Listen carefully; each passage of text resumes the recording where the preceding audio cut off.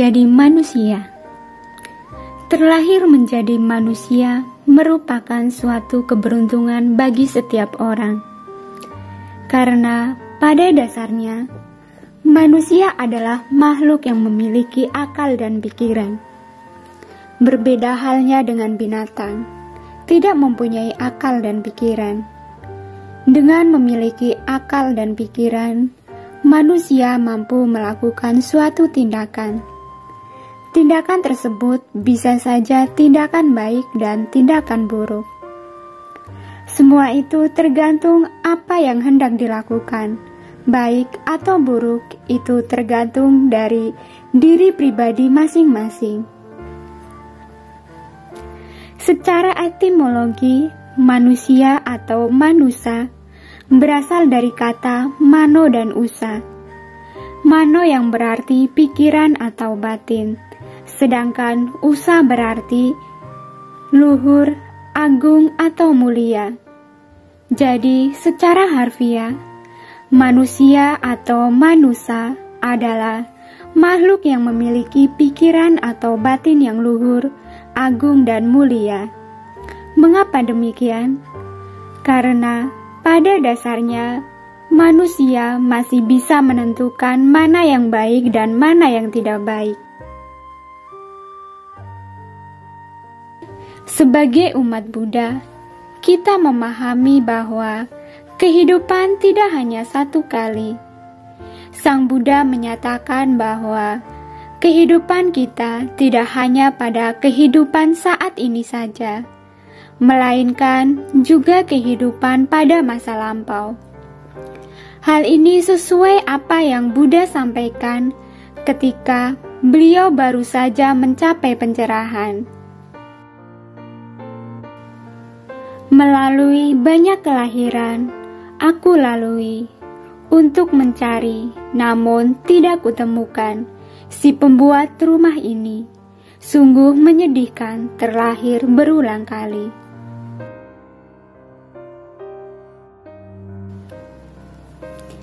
Jika kita bisa memahami dan merenungkan, terlahir menjadi manusia adalah hal yang paling beruntung.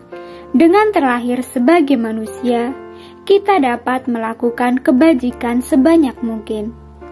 Akan tetapi, masih saja di antara kita sering melakukan tindakan keburukan.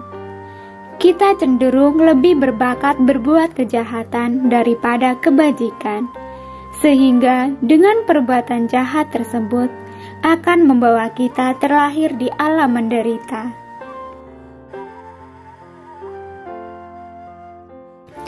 Apa yang Buddha ajarkan kepada kita adalah bagaimana cara kita mensyukuri dalam menjalani kehidupan sebagai manusia. Oleh karena itu, seperti yang tertulis dalam Dhammapada Buddha Wagga, syair 182, ada 4 hal yang harus kita renungkan, kita pahami, kita syukuri ketika kita terlahir sebagai manusia. Apakah keempat itu? 1. Sungguh sulit terlahir menjadi manusia. Terlahir menjadi manusia adalah hal yang paling menguntungkan. Sang Buddha mengatakan bahwa sulit terlahir menjadi manusia ibarat seperti tanah yang ada di kuku Sang Buddha, lebih sedikit dibandingkan dengan tanah yang ada di bumi. Begitu pula, seseorang yang terlahir menjadi manusia sangat sedikit jika dibandingkan dengan makhluk lain. Hal ini jelas bahwa makhluk yang ada di 31 alam kehidupan sangat banyak dan sangat beragam. Kategorinya pun terbagi menjadi 2 alam, yaitu alam menderita dan alam bahagia.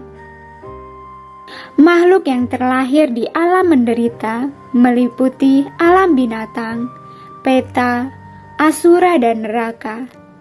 Dan makhluk yang terlahir di alam bahagia seperti alam dewa dan alam Brahma, Sedangkan alam manusia adalah alam di mana terdapat dua kemungkinan, yaitu alam bahagia dan alam menderita. Seseorang yang hendak terlahir menjadi manusia tidaklah gampang. Ia harus gemar mempraktikkan dhamma. Ia harus banyak melakukan kebajikan atau parami. Walaupun seseorang terlahir menjadi manusia, ia juga harus sehat secara fisik maupun mental. Mengapa demikian? Karena jika seseorang sehat fisik dan sehat mental, maka mampu melakukan kebajikan sebanyak-banyaknya. Berbeda halnya jika seseorang terlahir menjadi manusia, kemudian cacat mental dan cacat fisik, maka sangat kecil bisa melakukan kebajikan. 2. Sungguh sulit kehidupan manusia. Berbagai macam masalah dalam kehidupan ini membuat seseorang diliputi oleh gejolak batin. Mereka yang terlahir menjadi manusia harus bertahan hidup dengan diliputi oleh tuntutan hidup yang tidak berkesudahan. Mereka setiap hari harus berjuang memenuhi kebutuhan hidupnya. Kerja dari pagi hingga malam hari adalah salah satu bentuk kebiasaan yang lumrah. Mereka selalu mencari dan terus mencari demi terpenuhi kehidupannya. Mereka bersaing dalam mempertahankan hidup. Dari persaingan tersebut terkadang gagal, terkadang bisa bertahan. Hanya demi itulah manusia harus berjuang mempertahankan hidup. Dalam mempraktikkan hidup, seseorang terkadang dibutakan oleh keserakahan. Keserakahan tersebut terus menyelimuti, mengotori batin sehingga muncul ketidakpuasan dan akan menimbulkan penderitaan. Perasaan-perasaan yang muncul tidak senang selalu menyelimutinya. Manusia bertahan dengan mencari kebutuhan hidup seperti rumah, makanan, minuman, pakaian, dan lain-lain. Sementara itu, makhluk yang terlahir menjadi binatang banyak mengalami kesulitan. Mereka hidup dengan melakukan persaingan pula. Siapa yang kuat, maka ia akan bertahan. Kemudian, di sisi lain, makhluk yang terlahir di alam peta sangatlah menyedihkan.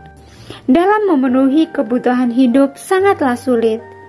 Ia makan dari kotoran, dari nanah, ingus, bahkan tidak bisa makan dan minum. Jadi, kehidupan semua makhluk hidup sangatlah sulit. Kehidupan manusia pun juga sulit. Oleh karena itu, dengan memahami kesulitan terlahir menjadi makhluk hidup, termasuk manusia, hendaknya kita jangan lengah. Kita harus berjuang dalam melakukan kebajikan, dan berjuang supaya bisa memutuskan rantai kelahiran.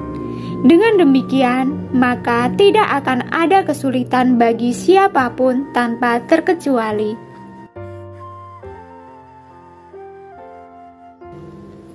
3. Sungguh sulit dapat mendengarkan dhamma. Dari berbagai kehidupan, dapat mendengarkan dhamma adalah hal yang sangat langka dan sangat sulit. Dari ribuan, bahkan jutaan manusia, hanya sedikit yang bisa mengenal dhamma. Seseorang yang hidup saat ini dapat mendengarkan dhamma adalah orang-orang pilihan.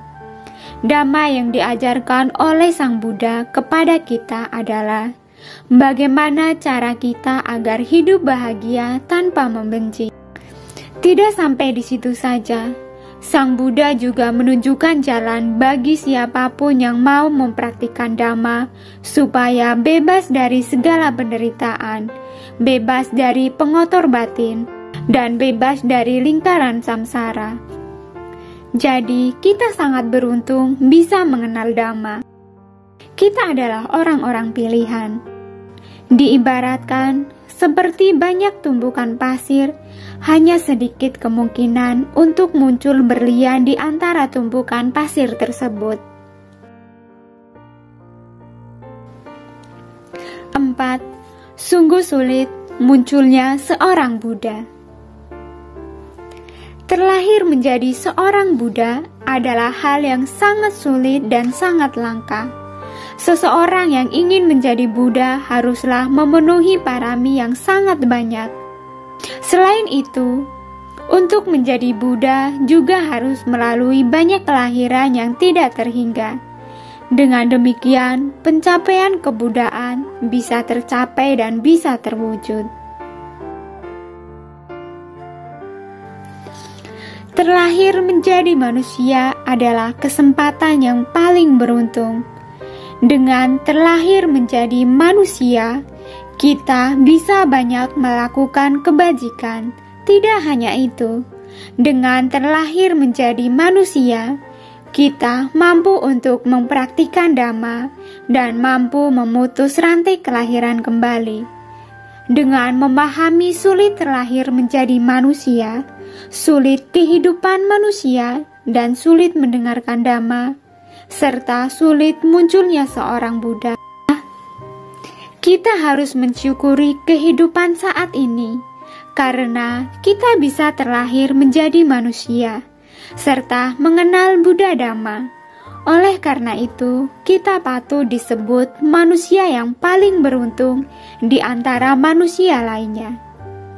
Oleh karena itu, marilah kita gunakan kesempatan yang sangat baik ini untuk banyak melakukan kebajikan, sehingga kita bisa bahagia dalam kehidupan ini dan bahagia dalam kehidupan yang akan datang.